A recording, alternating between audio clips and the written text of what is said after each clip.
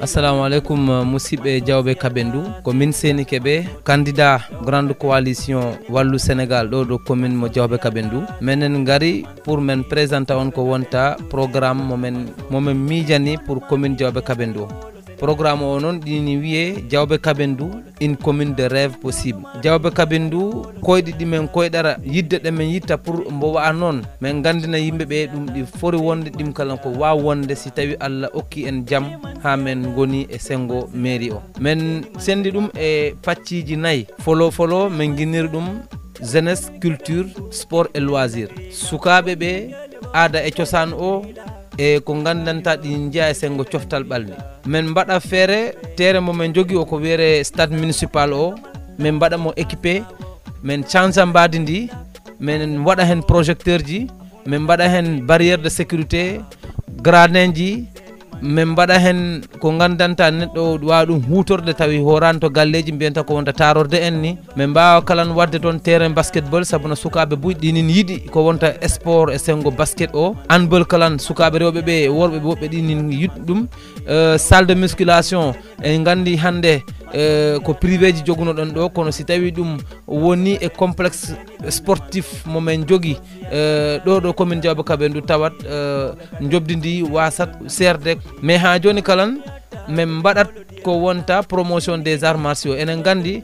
hande yimɓeɓe ɓenin sohli a tawoyat neɗɗo ɗi woodi ɗi jogui diplôme makko e sengo art martial woni karaté walla kung fu walla viet voda walla goɗɗi e goɗɗi kono mbo ala rombo watta ɗum donc ɗum kalan min mbaɗa feere pour que ɗum piw min ruttina ɗi yimɓeɓe wawa hen gollitorade wawa hen naftorade mais min mbaɗa kalan mbiyen tan ko wonta promotion de la culture min hirjinat ko wonta aada e cosaan meɗen hono ɗum heɓorto il faut que min mbaɗa ko gandanta wawa rentinde commune Diawɓe Kabendou hiran yo hiran ko wiyeten festival annuel min guinnirta ɗum lo Koyamba rentina sukaɓe ɓe piw hiran yo hiran min natina ɓe koyan ɓe gandanta ɗum ko baru mawɗo wonta hiran yo hiran tawi ɗon min mbawa invité wonɓe e nder Sénégal mais aussi ɓe mbawa invité partenaire ɗi gandanta tawi ko leyɗe ɓe gimmorta ɓe gara ɓe anda hoɗum woni culture amen ɗo Diawɓe Kabendou ɗum si iwiron musidɓe min mbawa wadde kalan min ɓeyɗa doole ko wonta secteur de l'artisanat enen gandi secteur de l'artisanat ko ɗon min jiira tayoraɓe ɓe ko ɗon min jiira mécanicien ɓe ko ɗon min jiira soudeur ji ɗi ko ɗon min jiira none ma nenoma neɗɗo liggoɗo pour ko gandanta wallitora hoore muɗum mais aussi wallitora saare muɗum e goɗɗi e ko heddi ɗon kalan mais aussi ɗi woodi ko guiyen tan ko wonta la création et la gestion d'un centre culturel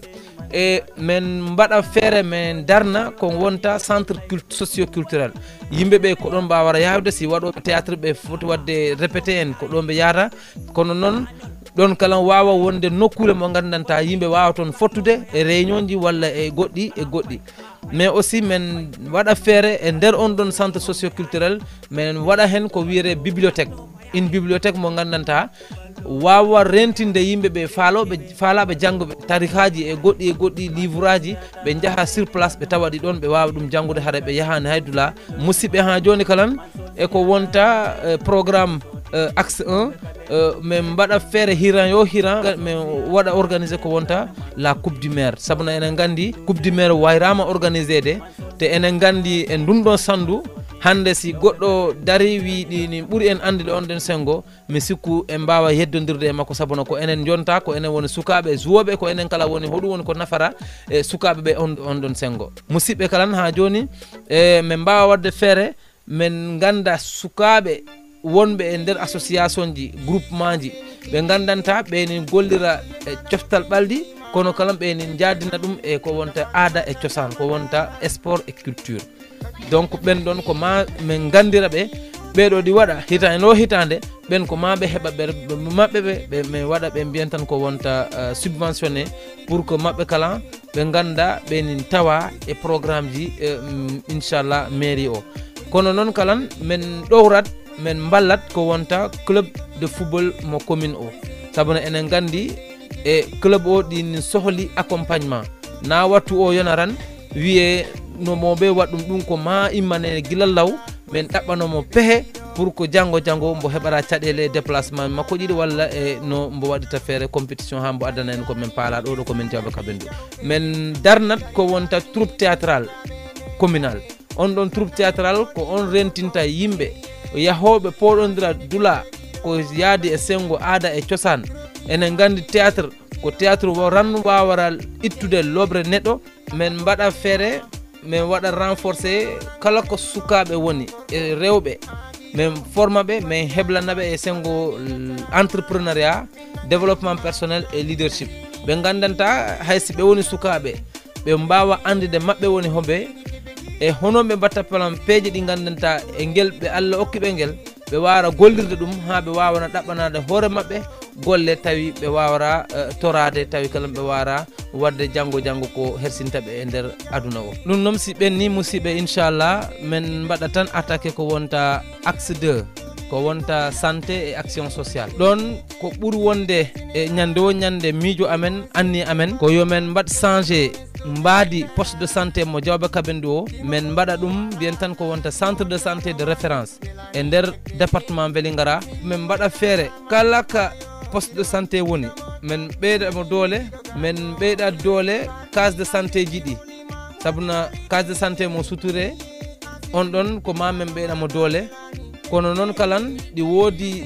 quartier ji ɗi gandanta ko ma men darnana ɓe case de santé pour maɓɓe kalan ɗo e ɓe garde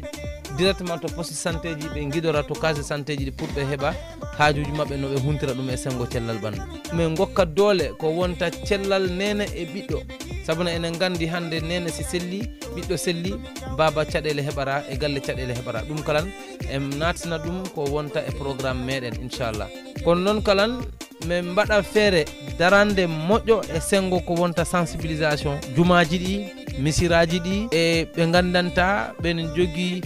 chapelle ji e goɗɗi e nder commune Diawɓe Kabendou min ɓattoroɓe min ballaɓe min ɗowraɓe pour que maɓɓe kala ko boni e programme ji maɓɓe min mbawa daranade ha ɗum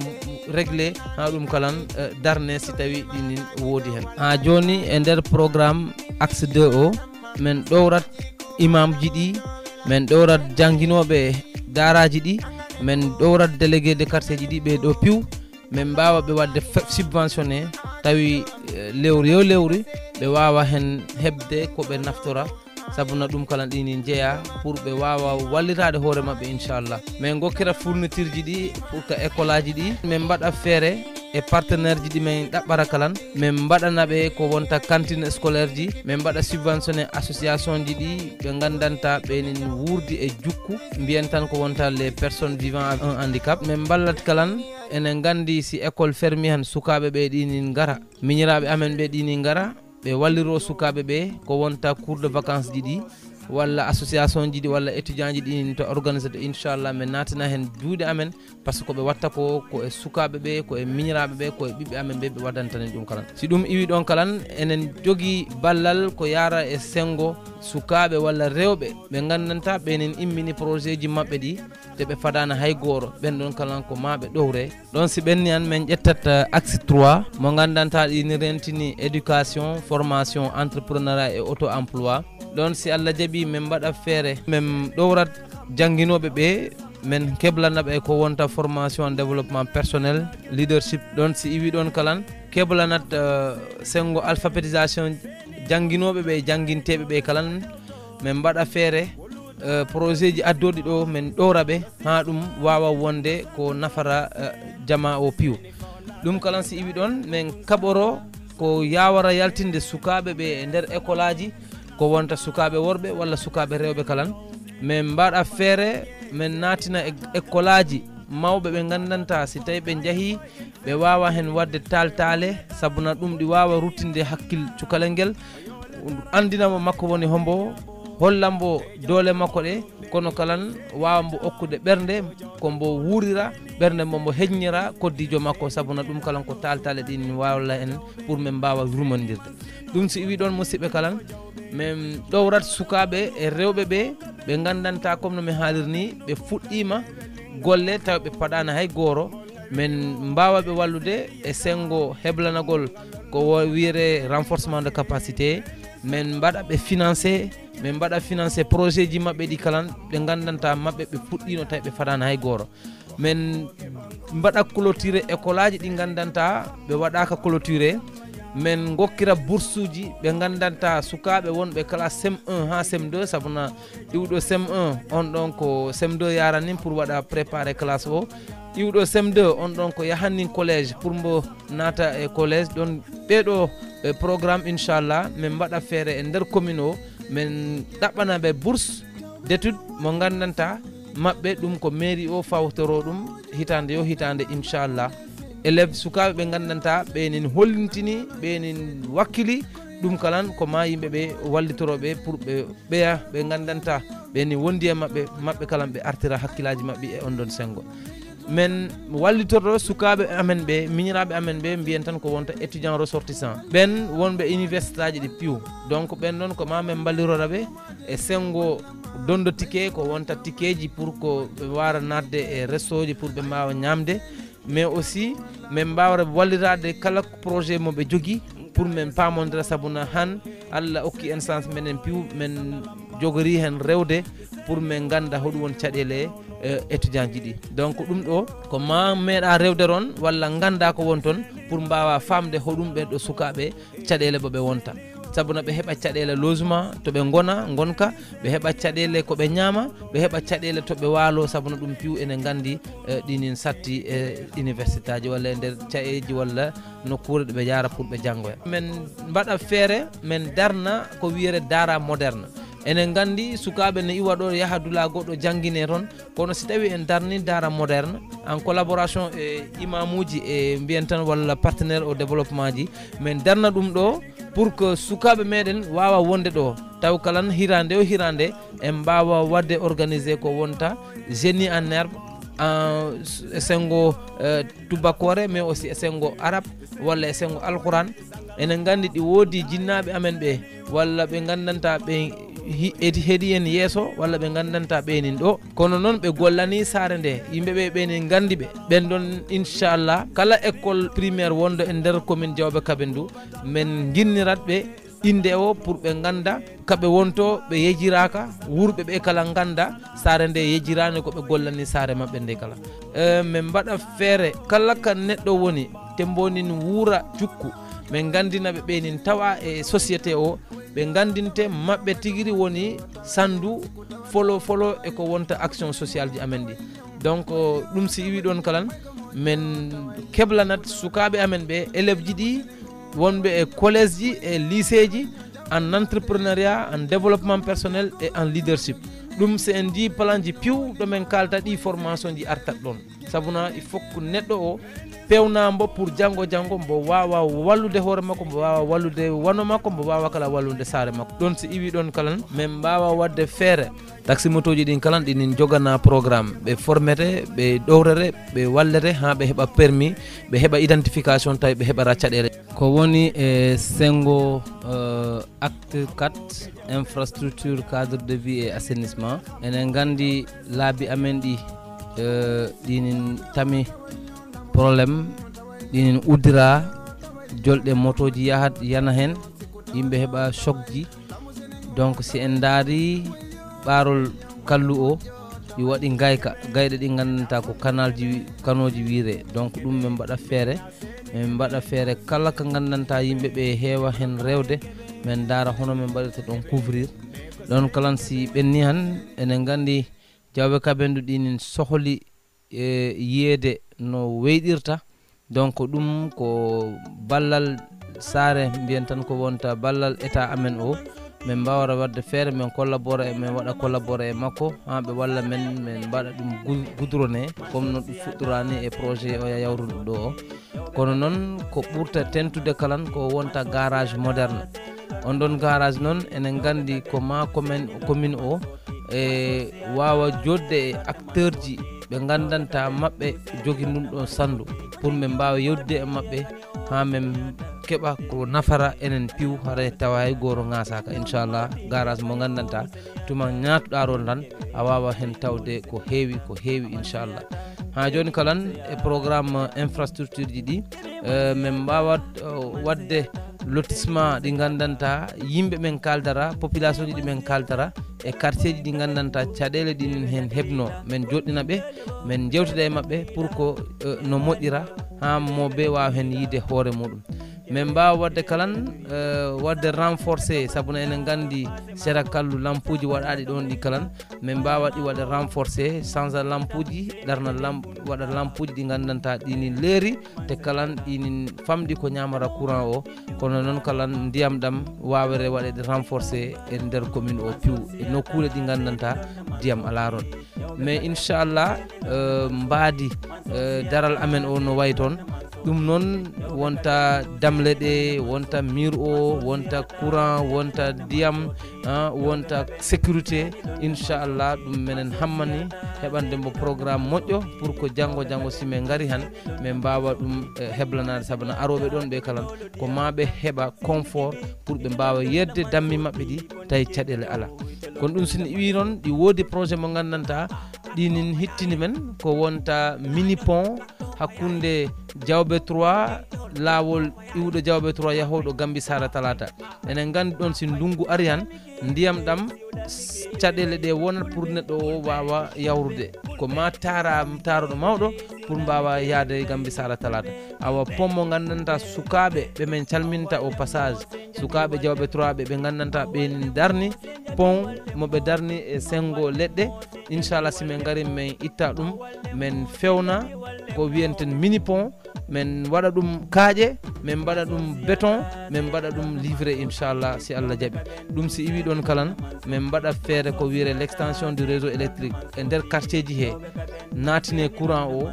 ha quartier mo ala courant wawa hay so tawi lotissement o parani han min mbaɗa feere quartier ji ɗi piw heɓa courant par ce que courant c'est une nécessité quartier ji fodde heɓde courant pour que neɗɗo wawa wurde hande ɗo ɗo wona ɗo ko ma heɓa courant ma heɓa ndiyam ɗum si iwi ɗon musidɓe min darnana sukaɓe ɓe ko wiyen tan ko wonta foyer communal des jeunes e on ɗon foyer communal en tawa toon bureau conseil communal de la jeunesse min darnat toon mbiyen tan ko wonta bibliothèque min mbaɗat toon salle de spectacle mo gandanta si wattuji mabɓe hewri ɓe wawata hen wadde fedji mabɓe ɗi min darnat pour sukaɓe ɓe gandanta quartier ji mabɓe ɗinin bokkiɗi e village ji walla amoji kewɗi wano Gambi Sara Talata en wano Suture en ni dulaji goɗɗi e goɗɗi ɓen ɗon wawde darnede Marewe en wawa ɓen ɗon wawde darnede mbiyen tan ko wonta foyer des jeunes pour mabɓe kala ɓe wawa hen hutorde enen gandi marché central amen o to neneji amen ɗi won toon to jajaji amen ɗi won toon on ɗon marché ko ma men ɓeyɗa hen doole darnane ko wonta toilette ji ɗaɓɓane to ɓe juula kono noon kala courant o waɗe ha moƴƴa sécurité o kala waɗe ha moƴƴa yimɓeɓe wawa gollirde no hanniri ni en ndiyan to dewara ɗon kala min mbaɗa feere min daara hono min heɓata peeje mene e mabɓe piw min daara hono ɗum watte valoriser pour que janggo ndiyan deweraka ɗon walla goɗɗo hiɓata hen ko gandanta janggo haɗa neɗɗo wurde haɗa neɗɗo wonde e gonka moƴƴa e on ɗon sengo si ɗum ɓenni han min mbaɗa feere marché mo gandanta rewɓe amen ɓe neneji meɗen ɓe to Kabendu ɓenin toon min mbaɗa feere ɓe rutto toon to bakoro o ɓe fewnane ɗon ɓe darnane ɓe waɗane place uji tawi ndiyan si ari han wawaraɓe addande caɗele to marché mo Kabendu kono kala noon ɗi woodi marché mo gandanta ɗinin fewna to Suture ɓe gandanta ɓiɓɓe Suture ɓe tigui fewni ɗum ko wonta association des jeunes leaders de Suture marché mo ɓe fewni o min mbaɗa feere on ɗon marché kalan min mbaɗa ɗum équipé min darna ɗum to min mbaɗa ɗum séparation ji tawi moɓe wawa hen hebde placel tawi caɗele wonta min mbaɗa ɓe ton kala renforcé inchallahu rabbi musidɓe enen gandi Diawbe Kabendu ko inde mo nante e dula donc il faut que min darna min keblana min adda ko mbiyen tan ko wonta espace vert on ɗon espace vert tawtere espace de loisir mo gandanta watte leɗɗe si a ari han a weltoro sabuna ɗon ɗini jeeya pour que yimɓeɓe wawa hen foftade anda ɗo ko nokkuɓe sukaɓe ɗo ko nokkuɓe mawɓe pour ɓe wawa hen wonde tawi si ɓe falama yaltude han kono noon kala sukaɓe moɓiɓɓe mbiyen tan ko wonta en association min mbaɗa feere min balliroɓe pour que mabɓe kalan ɓe heɓa ko ɓe nanga ɗum si ɓenni han musidɓe min mbaɗat mbiyen tan ko wonta min mbaɗa regroupé sukaɓe ɓe en GIE wawoɓe wadde assurer sécurité ji quartier ji mabɓe e on ɗon mabɓe GIE min mbaɗa ɓe accompagner pour no min keɓira subvention e ɓe golla golle mo gandanta janggo wawa ɓe wallude tawi ɓeni wawa yahande hoore mabɓe haara ɓe faɗana hay goto min mbaɗa feere quartier yo quartier min gokka délégué de quartier o ko wonta registre de quartier d'étranger pour min ganda hoɓɓe naati e nder commune amen o hoɓɓe iwri dula pour min ganda responsabilité ji mabɓe min ganda occupation ji mabɓe mais aussi min ganda pour janggo si caɗele heɓaniɓe han walla mabɓe o kala yimɓe ɓe ganda hoɓe noddara walla kala hoɓe wawra wadde feere pour ɓe ɓatto pour ɓe réglana ɓe situation ji mabɓe ɗi donc ɗum wawa wallude yimɓe ɓe walla délégué de quartier ji ɗi walla jooma galleji ɓe gandanta mabɓe watta loué hoɓɓe ɓe galleji nokkure mumen ɓe ganda mabɓe horoɓe tolli sabuna siya heeɓi koɗo han ko ma heɓa identification makko ma heɓa adresse makko pour janggo si goɗɗum heeɓi han ɓe wawa andude ko hombo wonno ɗo hombo woni wonano ɗo si ɗum iwi ɗon kalan min mbawa darde mbiyen tan ko wonta bureau des étrangers de la sous-région manam min darnat dula mo gandanta hoɓɓe ɓe heɓa représentant ji ɗon ɓemin mbiyara ambassadeur locaux manam sous-région o enen gandi Diawɓe Kabendou ko nokkure mo gandanta yimɓe ɗinin iwa ɗini gara ñande wo ñande ɓenin gara kono ɓen ɗon kala ko maɓe heɓa répondant ji ɓen ɗon répondant ji ɗi ko ɓen minen min mbiyara des ambassadeurs locaux ɓe pays ji ɗi gandanta ko wonta frontiére ji amen ɗi ko wonta e nder Sénégal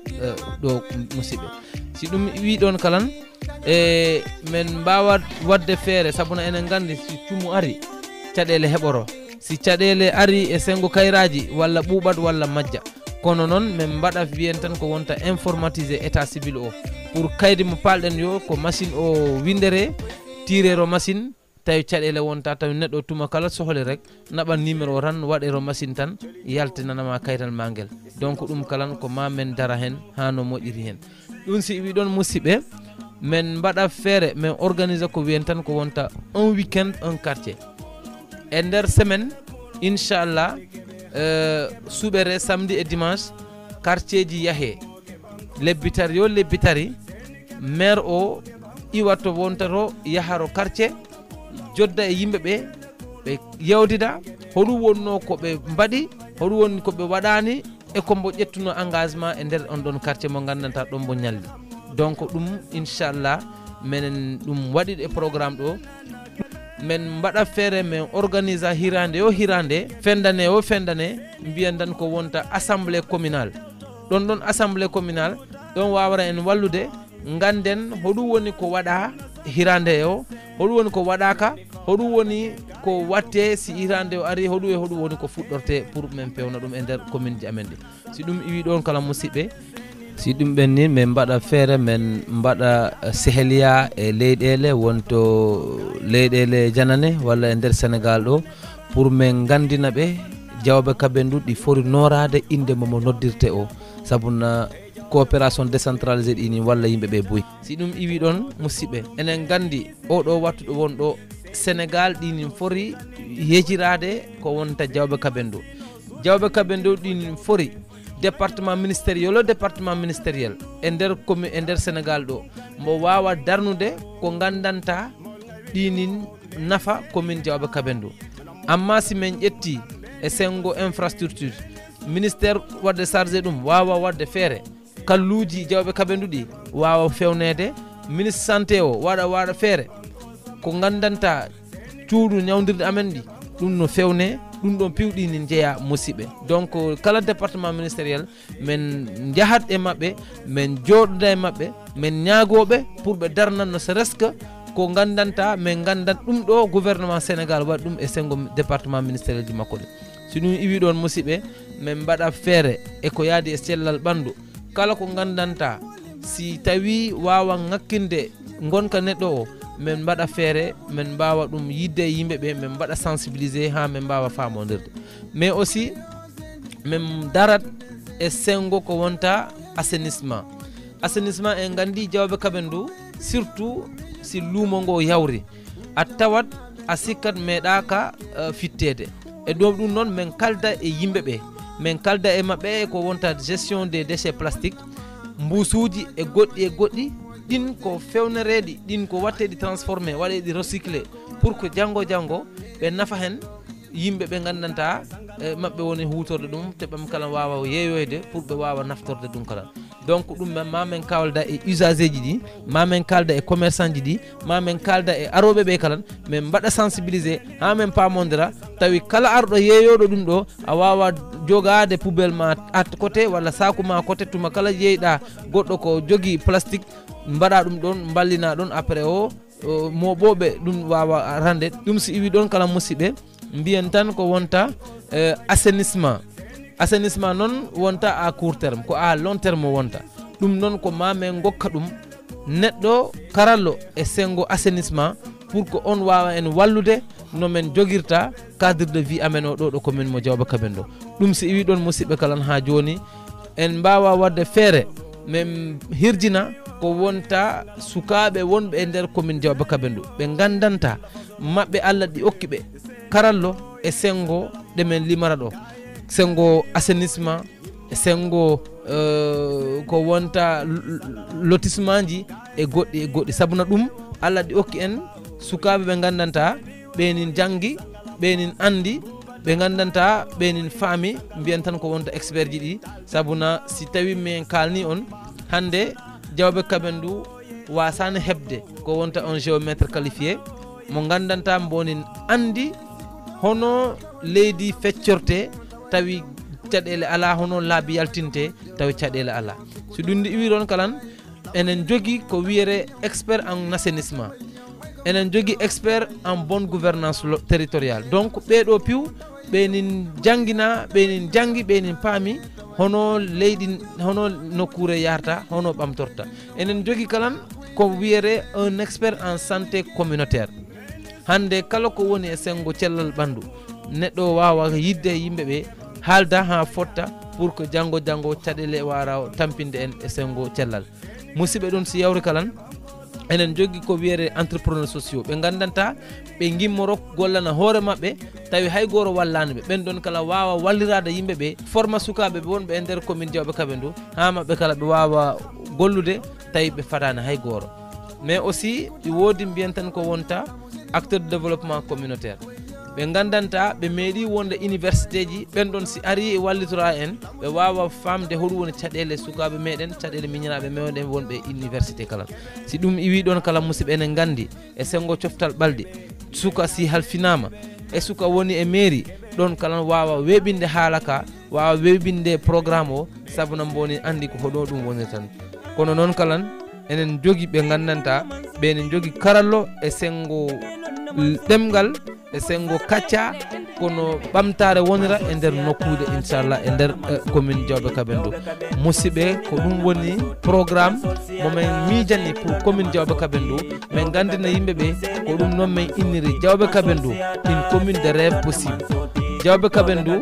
kala ko miija wawi wonde kala no faalirɗen en mbawa ɗum kala wadde pour que Diawɓe Kabendo wawa ɓantade on jarama Allah jarama seni kebe ngani olo seniyata amanseyata seni manseyata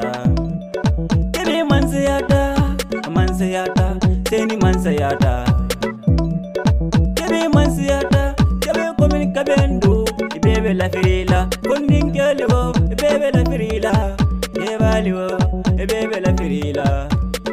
kebe ibebe la firila isapare takamalla pase mabo sapare takamalla pase mabo